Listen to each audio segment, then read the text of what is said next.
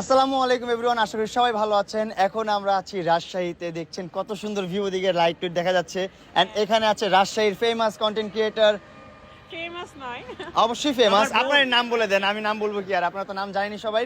আর আমাদের একটা good news হচ্ছে রাজশাহীবাসীদের জন্য যে নতুন একটা ব্রাঞ্চ ওপেনিং হচ্ছে রাজশাহী 0 পয়েন্টে, মিস্টার কাট সেলুন, আর যেটা হচ্ছে রাজশাহী 0 পয়েন্টে।